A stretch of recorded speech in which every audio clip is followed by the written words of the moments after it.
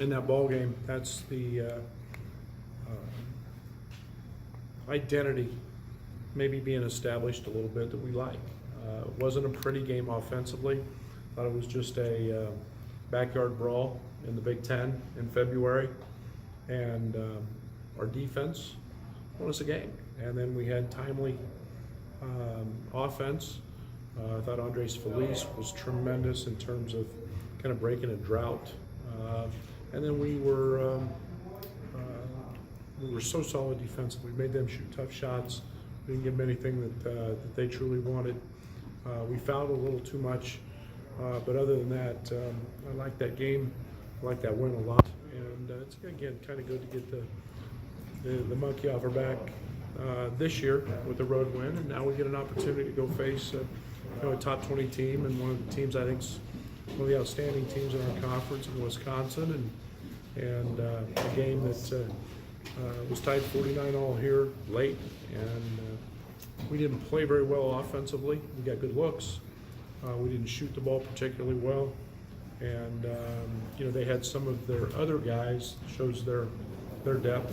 I thought we did a good job on Hap, but I thought we did a poor job on Reavers. We did a poor job on Iverson. Those two guys hit, Iverson averages 4 a game and had 12. He wore us out on the boards, and then Reavers has turned into an all-league caliber player, and we've got to do a better job on him tomorrow night. But Wisconsin's good, and we're going to have to go in there in their environment and play better than we did in Columbus, and we're going to have to play harder and smarter. So if we want to get out of there with a win. How much easier is it with a young team to have them feeling confident going into a game like you are in Madison after a win like you had in Columbus? Well, I think we're experiencing a lot of firsts. These guys have never felt that. Going in front of 15,000 or whatever was there. I don't even know the attendance, and hearing the hush and seeing them leave early. And we kept telling them how much fun that is to lay witness to. And so, hopefully it's something they like and can grow accustomed to. But again, I think it's the first time, and it's a learning experience, and now we've got to continue to grow from there. You guys were able to frustrate Knapp a little bit in that first meeting and kind of contain him. How sustainable is that? How do you sustain that twice in the season? Well, we're going to find out. I mean, we're going to fight. We're going to try. I thought Georgie did a really good job of keeping a decent amount of pressure on him, even out on the floor. When he can get to his spots easily and catch easily, he's really good. And he's right hand, left hand. He stepped up, and he makes so many people better. He had some assists, which he's going to have when you're one of the top players in the history of your school. So, but we'll see that. I expect a better Ethan Happ than the one we got in the first game, but we're sure going to try to not let him do that. Maybe as far as team defense goes, we feel it's maybe been the biggest area that we're going to just in this season. Yeah, I think we're turning it over less. I think we've got a better understanding of who's going to take shots, where they're coming from. I think we've tightened that up offensively a great deal. I think we're playing with a better movement, better rhythm. I think our attention to detail on the offensive end is much better.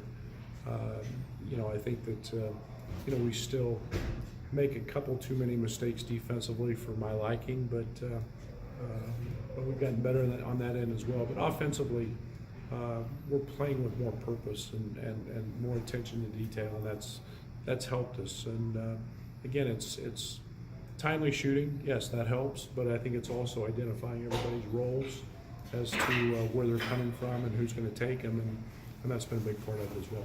Georgia in the last couple games has kind of developed into more of a capable shot blogger. How have you seen that part of his game just develop throughout the season? Yeah, surprise. I think it's an aggressive type of thing that he's doing, in terms of being off the ball and being able to go get shots. And Georgie's not a big take a charge guy. He's a guy that does have long arms and very big hands. He's got great timing. And, I think he's found something he likes a little bit and can go do that. And obviously his blocks the other night, a couple of them were huge. You Is took that them kind out. of like a comfortability thing in the defense, just learning when you can maybe go make Oh, that absolutely. opportunity? Yeah, absolutely. And, Georgie's drawing everybody's, best offensive player in their front court every night. And so it gets hard to get too far away from those guys to go block shots. And yet he's picking and choosing his spots. The thing we have to do is make sure we're cracking down on the backside when he does go help, and making sure that if he happens to miss one, that our guards are blocking out and helping him. So it takes everybody to be a part of that, but I like Georgie's aggressiveness doing that. You took the mindset of being a business trip last time out with the suits and ties over there. What did that do for the psyche of the team, and will you do that again? That's totally up to them. I think it's one of the things that we talk about. We're giving some leadership to the locker room. Those guys are controlling what they choose to wear. I think it was an important factor, and maybe just doing something different. But also the approach was very businesslike, and we didn't go to the gym the night before. We were in our suits, and then we'll got after it with watching film and the scout, and it seemed to work for them. So that's totally up to them how they want to approach that. It's their locker room, and I thought they looked awfully nice in them, so I'd like to see them in them again sometime. Was it their idea to do that, or did you present the initial idea? No, that's their idea. It was all them. And again, it's one of those things, we usually give them options of what sweatsuits we want. And they said, let's wear suits. So that's good. It's showing a lot of initiative and leadership coming out of our locker room, and I like that.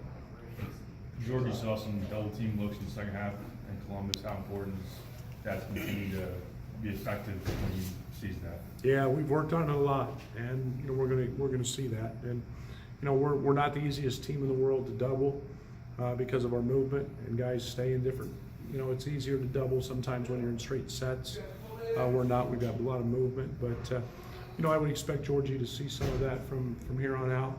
So we've spent a couple days working on that, and just a simple identity of where players are going to be, who we're diving to the basket, how we're screening, so on and so forth. But he's got to be strong and not try to fight it. And Georgie's a pretty cerebral guy, and now it's a great opportunity for him to make others better if he does get doubled. Defensively, your turnover rate's maybe not as high as it was earlier in the year, but your overall efficiency is much better. Where's maybe have you made up ground? Well, we were talking about that the other day, Scott. And I think part of it is we're facing really good teams and really good guards who are all quadrant one type teams. So you have a tendency not to turn those teams over, maybe as much.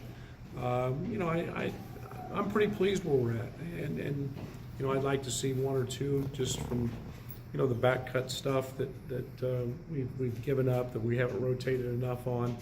But overall, I'm in a pretty good place with that, and our ball pressure's been good. We've been taking people out of what they want to do. Going back to Rutgers, they played completely different lineup than they've normally played, and we took Michigan State out of it, and Ohio State we took out of it. So I've got a pretty comfortable. I'm in a pretty comfortable spot with all of that right now.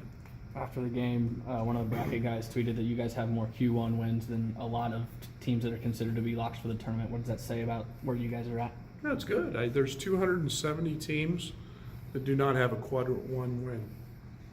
There's 30 that have 3 or more on one of those teams. And we're going to play some more here down the stretch. So I think it speaks volumes to how much we've improved. I think it speaks volumes to how good this league is. And every single night, you're going to play top shelf people. And when you play the best, when you start beating them, you're going to get rewarded with that. So let's see if we can keep doing that and adding to that.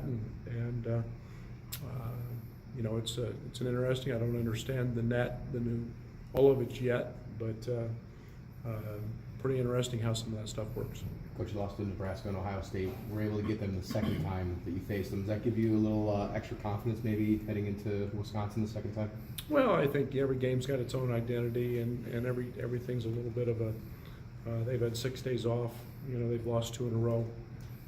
You know, I'm sure Greg's got them extremely well prepared. Every game's going to be it has its own identity. I don't play too much in that. I didn't think we played very well in the first one, so I know we have a lot of room to improve. And you know, we'll throw that thing up and see how it comes out. Do you have any feelings about playing on Monday night instead of on the weekend? No, I mean, that's the one thing I guess I've become accustomed to in the Big Ten is we're going to play every night of the week. And, you know, I'm a old school guy. I love Saturday games, but we didn't have one. And we'll play Monday. And if they tell us, you know, we play at 6 in the morning, we'll show up then. It's the way it works, and we've become pretty accustomed to that. Trent kind of seemed like there's a confidence in the ability to sit down and guard, you know, man to man. Is that something you've seen increase as this season's gone on, that confidence to do that? Well, I think it happens every day in practice, because if you don't guard Io in practice or you don't guard Andres in practice, you get embarrassed pretty easy.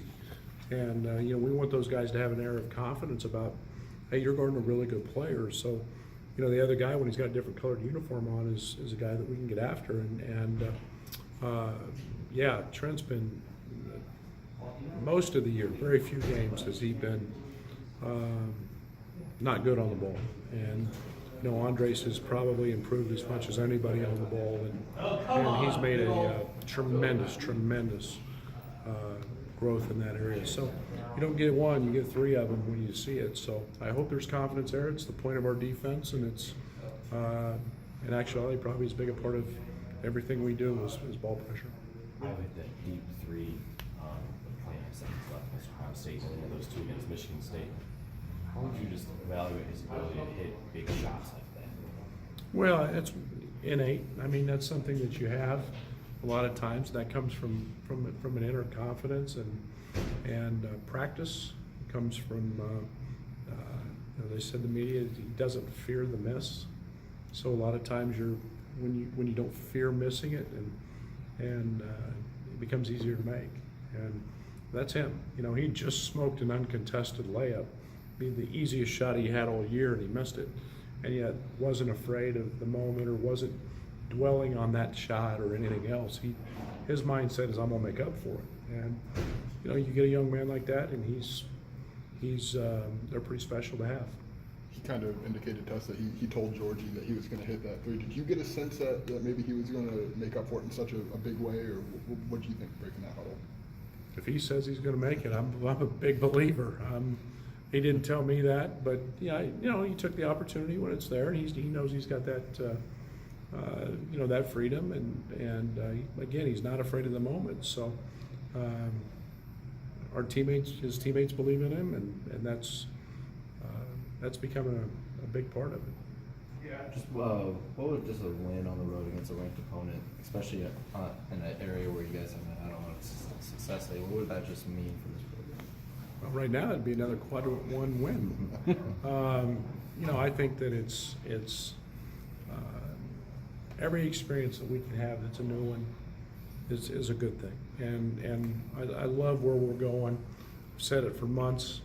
Even when we weren't winning a lot of games, the results weren't showing on the scoreboard, but the character of our locker room is what gives us a chance. And we've got wonderful guys who can keep growing. We've got guys that still in that gym 45 minutes after practice continuing to work, and that's what this is about. And so to do that is another box checked, and you know, to get this thing where we want to get it, we got to go do those things, and that's the next challenge. Coach, explain the quadrant 1 win. Does that mean where they are at the time, or where they were, or when you played them? I don't know. Both. It's very different. Quadrant 1 is based on, it can be a quadrant 1 win if you play them on the road. It can be a quadrant 3 game if you play them at home, based on their ranking in the system.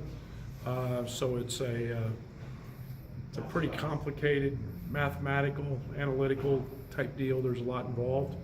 Does this quadrant 1 change as you go along? It can, yes. As teams, most of our games are, you know, most of your road games in this league are going to be quadrant 1 wins. Could you lose a quadrant 1 win if a team falls out? Yes. Okay. But very highly unlikely, as highly ranked as this league is. to do that. Thanks, guys. Thank you. That's a